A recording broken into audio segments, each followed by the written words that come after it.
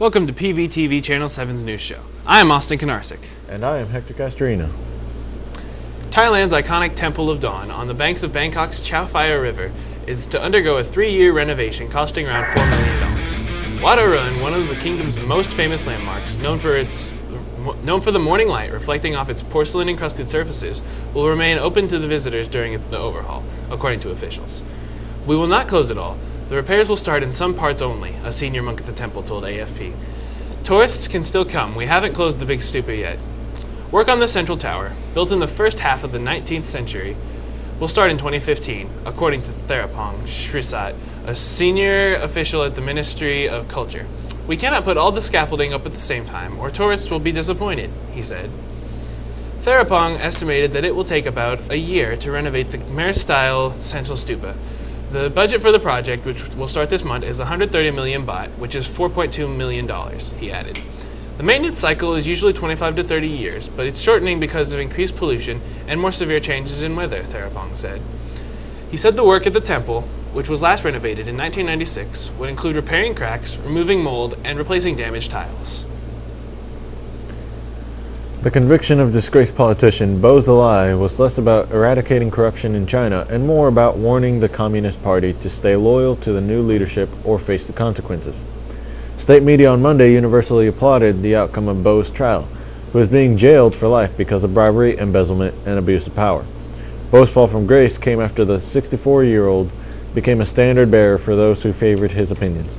Observers say this was more of a threat to the political system than the scandal that surrounded him, just like his wife, who was convicted for murdering a British businessman.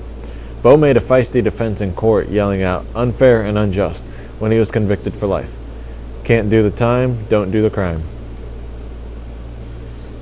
Hiroshi Yamauchi, the man who built Nintendo from a simple car company to the global gaming empire it is today, died Thursday, September 19th at the age of 85. Yamauchi died of pneumonia at a hospital in central Japan. He took his company over after his grandfather struck ill and ran from 1949 to 2002. Yamauchi saw potential in Nintendo and sought to transform it into a digital gaming company, not just to stay within the confines of simple cards. Yamauchi was the man that made games into what they are today, that is, art. He thought that games should be made by artists, not engineers. The entire Nintendo group will carry on the spirit of Mr. Yamauchi by honoring, in our approach to entertainment, the sense of value he taught us that there is merit in doing what is different, and at the same time, by changing Nintendo in accordance with changing times, said current Nintendo president Satoru Iwata. Hiroshi Yamauchi will be missed and will live on in gamers' hearts everywhere. On Monday, the Ministry of Commerce had said that the goods being shipped to North Korea could be being used to make weapons. A list has been released by China. This list includes technologies and goods. In the past, the United Nations and China had refused to give a list of banned goods. This situation had made it difficult for the UN to determine whether Beijing has put penalties into action. It remains the largest trading partner for Pyongyang, even though it signed onto UN restrictions. China has been criticized for failing to enforce restrictions. Pressure has befallen Beijing for its restraint in supporting the North. The 236-page list that was released names products that can be used for military programs, although these products would naturally be used in everyday life. These items include technologies and regular goods, with a dual purpose involved, that can be used for weapons of mass destruction. No one can say if the list of banned goods was comprehensive or not. The document that was released by the Commerce Ministry, Ministry of Industry and Information Technology, and the China Atomic Energy Authority describes items that can be used for weapons and even for fuel nuclear reactors. This list also bans the export of organic or living products, including the Ebola virus. Ever since Pyongyang accomplished its third nuclear test in February, the ties between China and North Korea have diminished. Due to the test, international criticism has occurred. The UN has also made stricter restrictions, although in the recent months things have calmed down. A U.S. Navy helicopter crashed into the Red Sea on Sunday, and only 3 of the 5 crew members are accounted for and stable, and a search is underway for the missing 2. The MH-60's Nighthawk was flying with the guided missile destroyer USS William P. Lawrence, part of a carrier group dispatched to create pressure in Syria. The helicopter was not down by enemy fire, but ditched into the sea, and the crash wasn't due to any hostile activity. The incident is under current investigation. The top movie in the box office this past weekend with an estimated $21.4 million already raked in was Prisoners. Prisoners is about a father, Hugh Jackman, whose daughter is mysteriously kidnapped, and his desperation increases. The other 9 movies to take the country by storm were Insidious Chapter 2, as second ranked in $14.5 million, in third being The Family, earning $7 million. Fourth is the comedy drama flick Instructions Not Included, making $5.7 million. Fifth place for its first weekend in the box office is The Battle of the Year, making $5 million in its first weekend. Slipping into sixth place was the adult comedy We're the Millers, about drug smugglers posing as a suburban family, and making nearly $4.7 million. Meanwhile, Lee Daniels, The Butler, took in $4.3 million, worming into seventh place. The latest in the action franchise is Riddick, taking eighth place with nearly $3.7 million. Returning to theaters is the American classic The Wizard of Oz for its 75th anniversary, making $3 million and landing in ninth place. Last but not least is the spin-off from Pixar's Cars is Planes, taking in nearly $2.9 million. Final figures will be out soon. Hardest smartphone to find on the market today, the new gold iPhone 5S. Apple doesn't plan on making a lot of these, and the demand is already too much. Some countries didn't even get it, and some of the major retailers only got 20 phones or so. So you can see how the most popular smartphone, which just so happens to have a rare gold version, is in high demand. A gold iPhone 5S recently sold for $10,100 US on eBay the other day. People don't play around when it comes to having the top, most up-to-date Apple items. In fact, it's not just the gold iPhone that's rare now, it's all iPhone 5Ss. Apple made 9 million of them ready to be sold, and, well, they did. They are now rushing to make more to meet the demand. The approximate completion date is in 1 month. Phones nowadays aren't just phones, they pretty much do everything you need. And also seem to be a social class indicator as well. Everyone seems to need the best version of what they have. Valve, the company known for making the popular games Half-Life, Portal, and Left 4 Dead, are making their debut into operation systems. Valve has experience making programs for the computer with Steam, a gaming platform Valve owns that sells games and allows you to play them. The new Steam OS combines the solid forms of Linux and a genuine gaming experience. The best thing about it, it's going to be free. The OS will allow users to stream games running on your computer to your TV if it has Wi-Fi capabilities. You'll also be able to have multiple different people on a Steam account play their own games and earn their own achievements. Valve says their new, constantly evolving OS will be free to download very soon, with new updates and teasers weekly. I'm very interested to see what this operating system really turns out to be. Oh, great to see how it goes. Now we have an interview with Mr. King, and we'll be right back. Who do you think will benefit most from this? It's anytime you can clean up the air around where welders are working, it's going to be a benefit for everybody. The students were going home at night with, they were basically blowing black stuff out of their nose from the welding smoke, and now my welding students are not, so it cleaned the air up real good. Being an ag teacher for 25 years, I know breathing that smoke in for those 25 years, I can tell I don't have the lung capacity I used to have. So my goal as the director was to make that not occur to my new ag teachers, and both my ag teachers and also my welding instructors fairly young. So if I can get the air cleaned up for them early in their life, then hopefully, it's just better, just flat out better. We're also already noticing that the walls in the welding shop are not black anymore. We cleaned them after we're done. They're staying a lot cleaner. So that tells me we're doing the things we need to do for the health and also for the cleanliness of our programs. So when is this air filtration system being put in? With any time you use federal money for anything, there's a lot of hoops to jump through.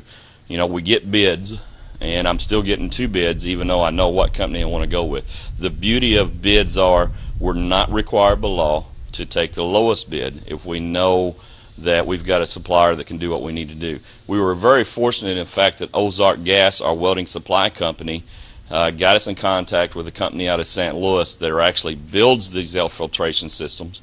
And the experience last year was very positive from that company. And in fact, he was down here a lot of times on a weekly basis checking on the progress.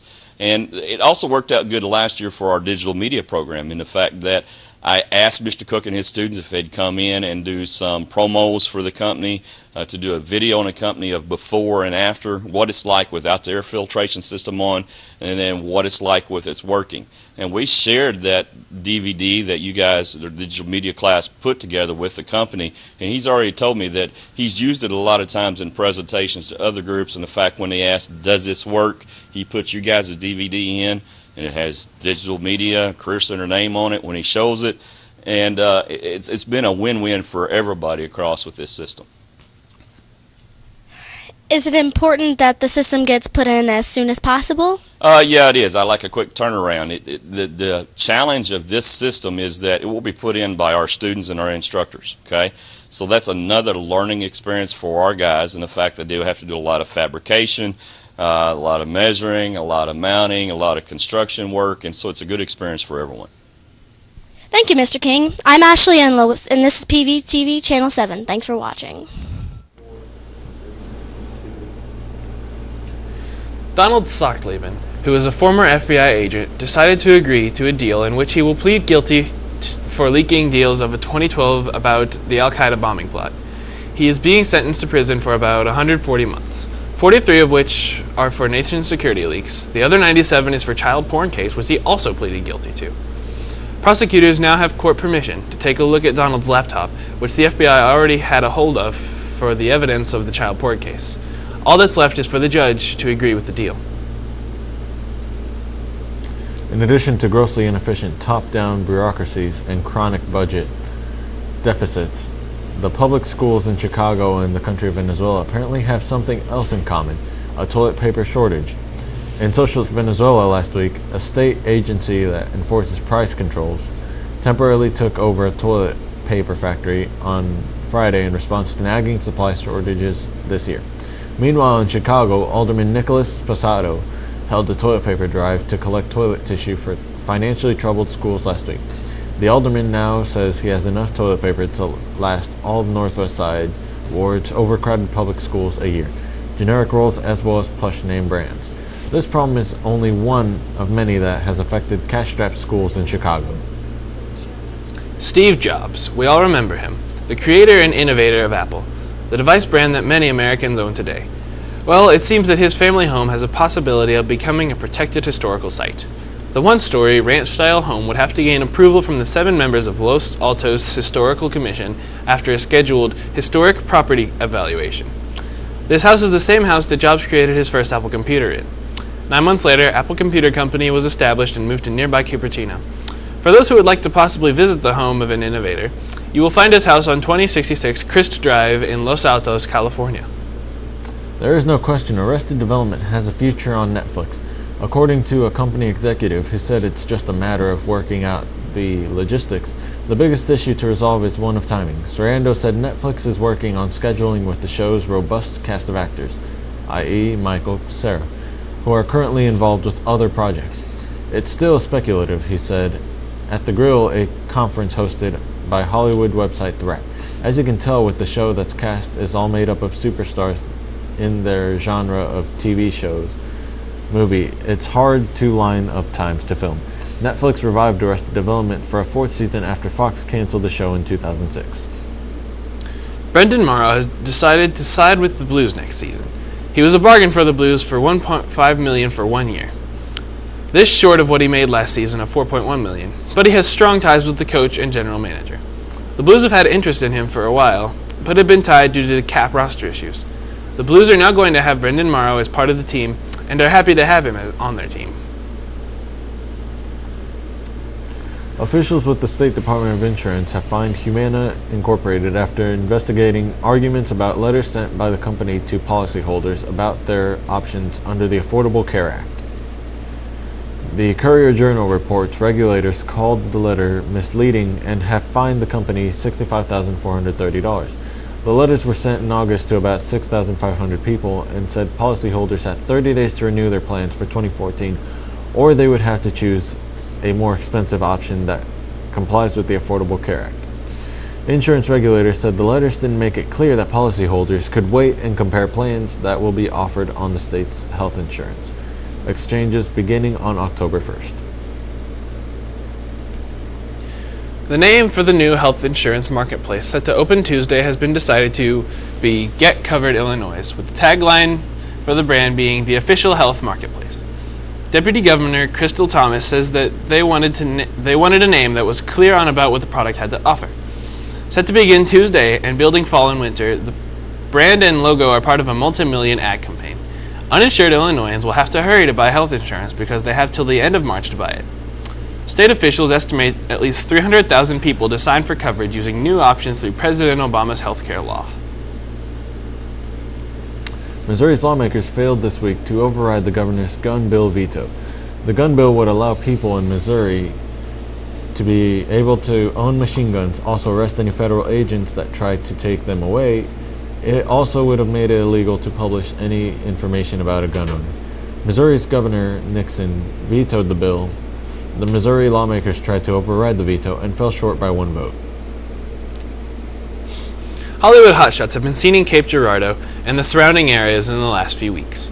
Ben Affleck, David Fincher, and hundreds of technical personnel have been filming the movie version of the best-selling book, Gone Girl.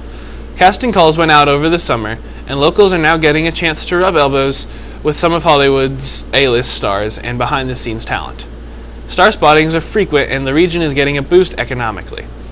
Many residents are actively searching for filming locations in an effort to catch a glimpse of the action.